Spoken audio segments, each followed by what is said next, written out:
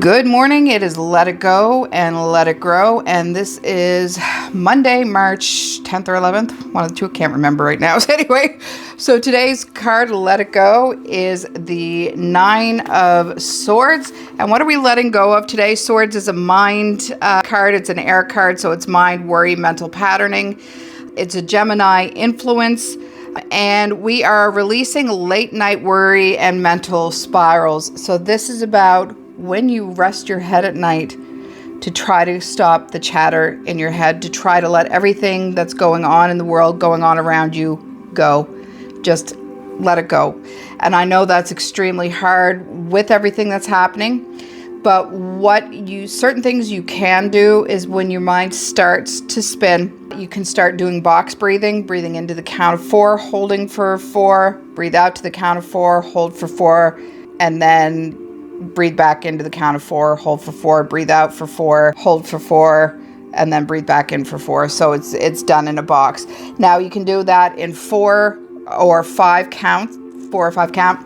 You can also do something that helps soothe the nervous system and switch from the state of the sympathetic nervous system to parasympathetic system. It's also a breathing technique. You breathe into the count of 4, hold to the count of 7, breathe out to the count of 8, and repeat that. And within a minute, you can actually feel your body starting to soothe and calm down. So breath work is very important. It's one of the tools I used a lot after my family died, when I would go to bed and have that spinning and the intrusive thoughts and the uncontrollable thinking. I would breathe a lot through that.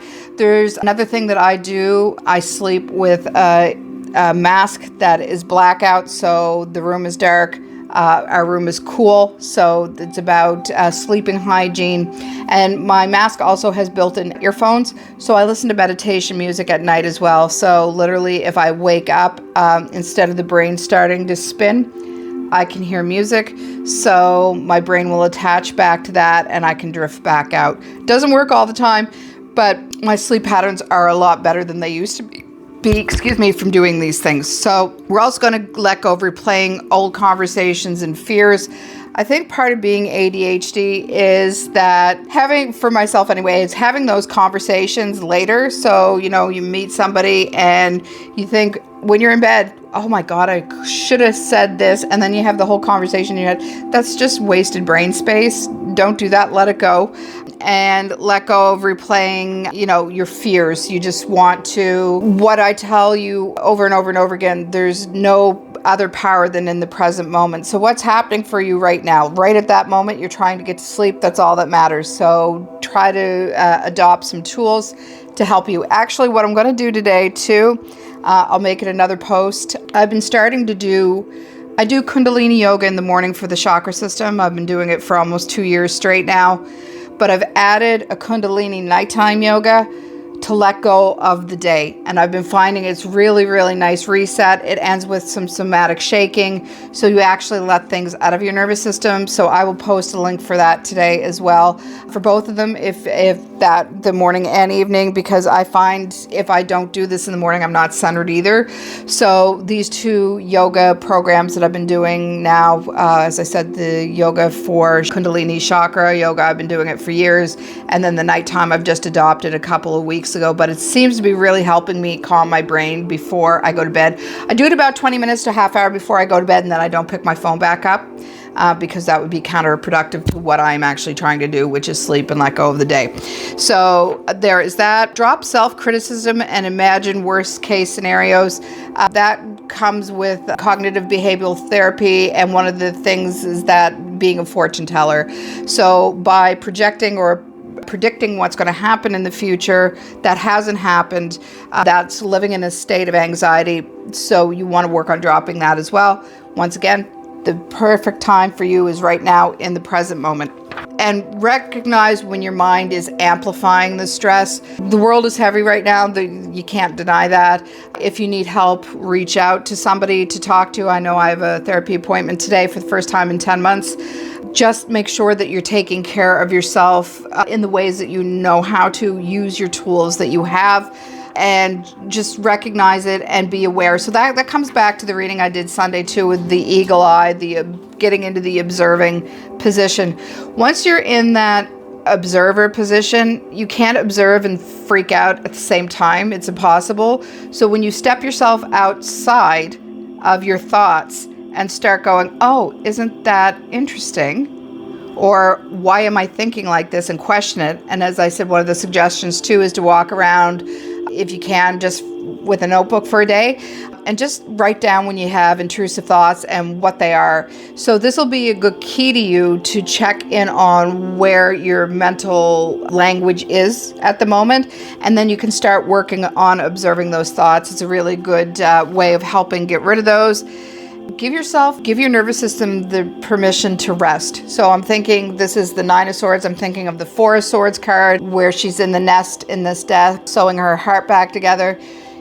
Just give yourself permission to rest, relax, and restore. And find ways of doing that. Do you like doing yoga? Do you like doing Qigong? Do you like walking in nature?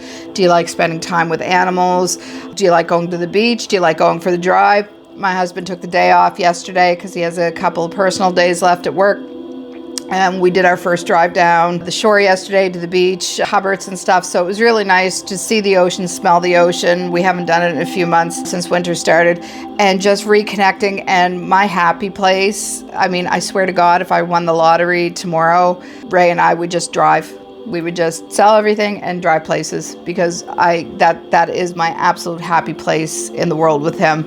So give yourself permission to rest in the way that you know will bring you happiness, peace of mind, and joy. So that is the Let It Go. So this is Gemini, Libra, and Aquarius today for the air signs. The mind is powerful, but not every thought is truth. So peace comes when you stop feeding into the loops. So just try to come into that state of neutrality and do things that actually make you happy. So what are we letting grow today? And this is the Hanged Man. The Hanged Man is one of the major arcana: surrender, perspective, spiritual pause. It is a Pisces Neptune card, so a lot of water. And we are allowing a pause instead of forcing answers. So this is also taking that time out to find what is right for you rather than jumping into something quickly. You want to take that time out. I always in this deck see it as a yoga pose. And, for most people, they're like, oh, that looks really uncomfortable. To me, that looks like the most peaceful, incredible position to be in. That looks like just absolute incredible bliss to me. I'm probably weird, but I know I love it. Embrace the new perspective of an old situation. So once you're able to let go of what is bothering you, take that time and observe even the past stuff, because you replay those stories in your head as well. So examine the past and see how you can reframe that to see a new perspective in that old situation or that old story. Practice surrender rather than control. So this is asking you just for that release, that just the allowance to be. So once again, it's about resting and coming into the state of allowance. Let intuition reshape how you see things. So you want to come into it from heart and gut thought rather than the brain. You want to be able to use that intuition to your advantage, that inner knowingness, that information that comes from the place that you don't understand. That is your true north, not your brain. Your brain will overthink everything. I used to say, with myself, I'm able to beat a subject to death, then bring the horse back to life and beat it to death again. But it's been practice for me to let all of that go and just observe and see how things, for the most part, are going to play out for themselves. Trust that insight often comes during that stillness. So when you give yourself the permission to rest, restore, reflect, release, surrender to the rest, allow that and know that a lot of the information and insight comes in that space. It can't come in when you're busy and fretting. There's static. If you think of a radio dial and you're in between stations and you're hearing all that static and it's annoying and you can't really fix on anything, that's what that state is like. So you're going to want to rest, relax, and find that beautiful meditation channel and just listen to your inner music and your inner knowingness and let that intuition come forward for you. So for Pisces, it's spiritual perspective. When you stop pushing, the deeper meaning reveal itself. Once again, in this deck, when I see the characters in white, I see that as connecting to source, spirit, God, consciousness, whatever you call it. And then you have the enlightenment here. So they've really needed to take that time out and think and change perspective to get that intuition, that enlightenment before they make their decision to drop. And that to me is a beautiful thing. So the overall message today is release the anxious mind, grow patience and perspective. Sometimes the breakthrough comes when you stop trying to force it. I drew out of my bioluminescent animal deck today, and the card we got is Black Sheep Transmutation. And this is all about owning your space in the family. If you feel like you're a misfit, if you feel like you've never fit in, know that this is exactly where you're supposed to be, because you do see things from a different perspective. You do use that intuition. And you have been brought here to break the change of ancestral pain and trauma. You are that cycle breaker. You are the one that takes that on and transmute it so it doesn't go through further generations.